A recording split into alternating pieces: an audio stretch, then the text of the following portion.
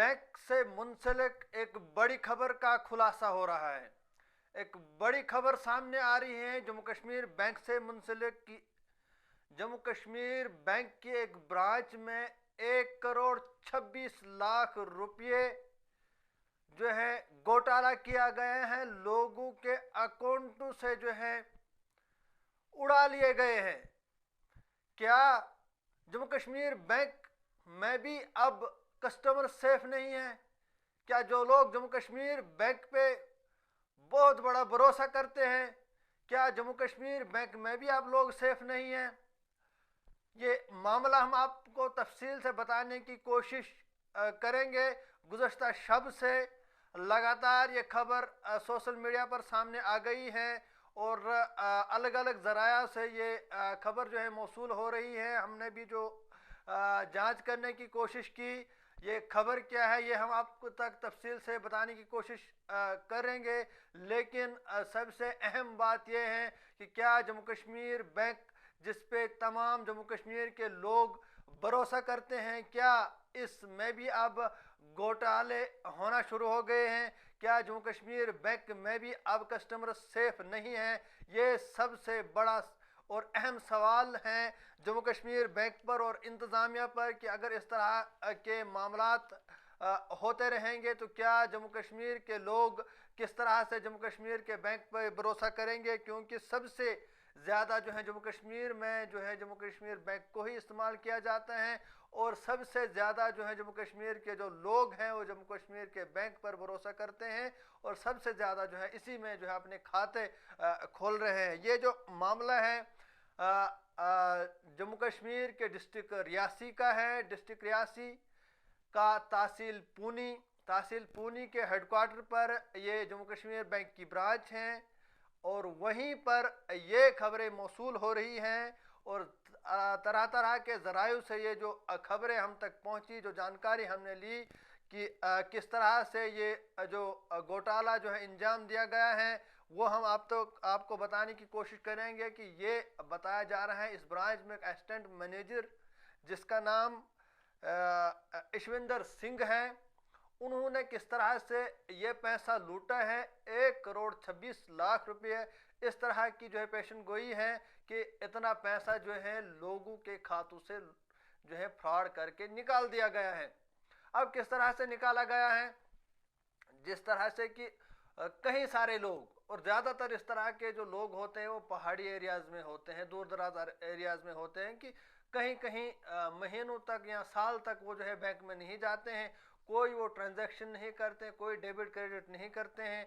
उनके खातों में किसी के खाते में 50,000 भी हो सकते हैं, 20,000 भी, 30,000 भी, लाख भी, तो वो बैंक में जाते नहीं हैं, अपने डॉक्यूमेंट्स भी अपडेट नहीं करते हैं और साथ में जो है कोई भी ट्रांजैक्शन नहीं करते हैं।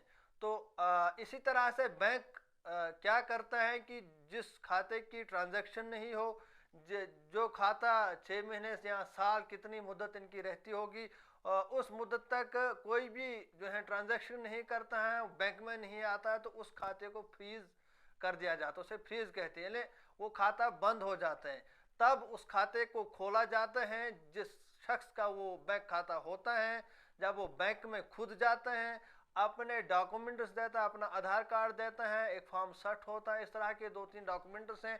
जब वो खुद जाके बैंक ब्रांच में वो डॉक्यूमेंट्स देता है तो तब जाके उस खाते को खोला जाता है। वो भी एक अच्छी बात है क्योंकि कोई शख्स, किसी की अगर डेथ भी होती है तो ऐसे कोई उसका पैसा निकाल देगा, इसलिए कहीं जो है सिक्योरिटी रीजंस की वजह से बैंक, जब कोई शख्स बैंक में नहीं जाता है तो उस खाते को फ्रीज कर देता है। जब वो खुद जाता है तो वहां पे जो है उसके खाते को खोल दिया जाता है। तो एक जानकारी ये है कि इस तरह के जो अकाउंट थे, जो फ्रीज थे, जो लोग बैंक में नहीं जाते थे, तो कई सालों से ये जो मामला इंजाम हो रहा था, इस तरह के खातों से ये पैसा निकाला गया है। दूसरी ये भी जानकारी है कि कहीं जो गरीब लोग हैं, जो है अनपढ़ लोग होते हैं, जिनको पता नहीं होता है, बैंक में जाते हैं किसी से, वो है जो वो पेन स्लिप भरवाते हैं, वो विड्रावल भरवाते हैं।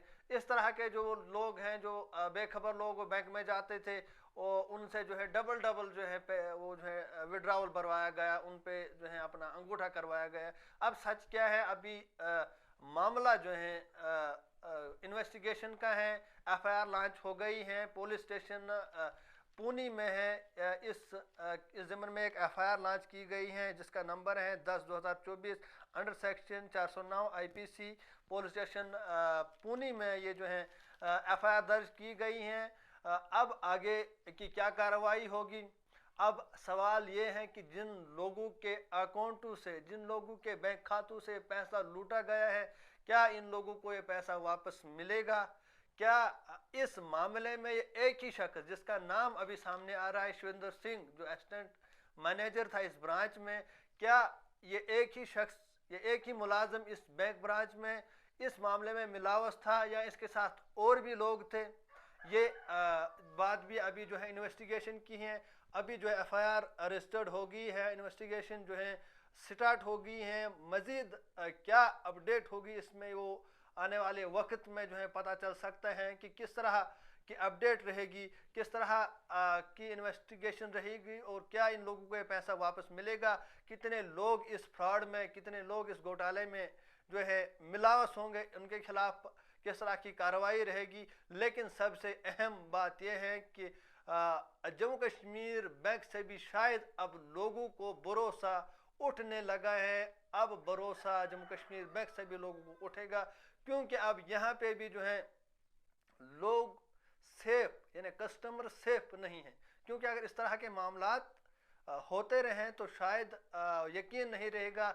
इसलिए इंतज़ामिया को चाहे, इसलिए हायर अथॉरिटीज़ को चाहिए कि वो एक कड़ी से कड़ी कार्रवाई करके पब्लिक डोमेन में ये कार्रवाई लाए, ताकि लोगों को पता चले कि जिस ने भी इस तरह से एक कानूनी हरकत की है, बेखबर लोगों के साथ उनका पैसा लूटा है, किस तरह की कार्रवाई की गई, ताकि लोगों को भरोसा जो है कायम रहे जम्मू कश्मीर बैंक पर, या इस तरह के मामलात मज़ीद पेश न आए। ये बड़ी अहम खबर है। और अहम खबर ये है कि जम्मू कश्मीर के डिस्ट्रिक्ट रियासी और डिस्ट्रिक्ट रियासी का तहसील पुणे और तहसील पुणे के हेडक्वार्टर का ये जो बैंक ब्रांच था, उससे लोगों के अकाउंटों से, जिन लोगों के अकाउंट फ्रीज थे, जो लोग कहीं कहीं मुद्दत तक अपने बैंक ब्रांच में नहीं गए थे, उनके जो वो खाते हैं वो क्लोज किए गए थे, उनके वो जो खाते हैं वो फ्रीज किए गए थे, और उनके खातों से 1,26,00,000 की खबर है कि उनके अकाउंटों से है ये पैसा लूट लिया गया है।